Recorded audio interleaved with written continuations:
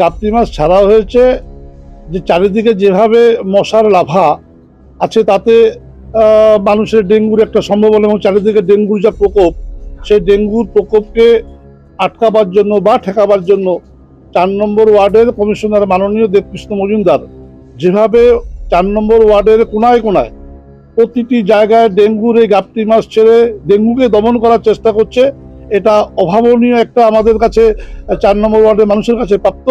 আমি ওয়ার্ডের একজন সাধারণ নাগরিক, আমার কাছে মনে হচ্ছে এই যে পরিষেবাটা আমরা বিগত দিন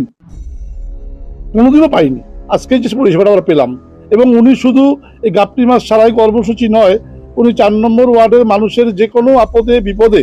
সবসময়ের জন্য যে মানুষটাকে আমরা গেলে পাশে পাই, এবং যে মানুষটি সকাল বেলা থেকেই বাড়ির সামনে বসে থাকে চেয়ার টেবিল নিয়ে মানুষকে শুধু তাদের সার্টিফিকেট দেওয়ার জন্য তাদের সেভাবে কাজ করছেন,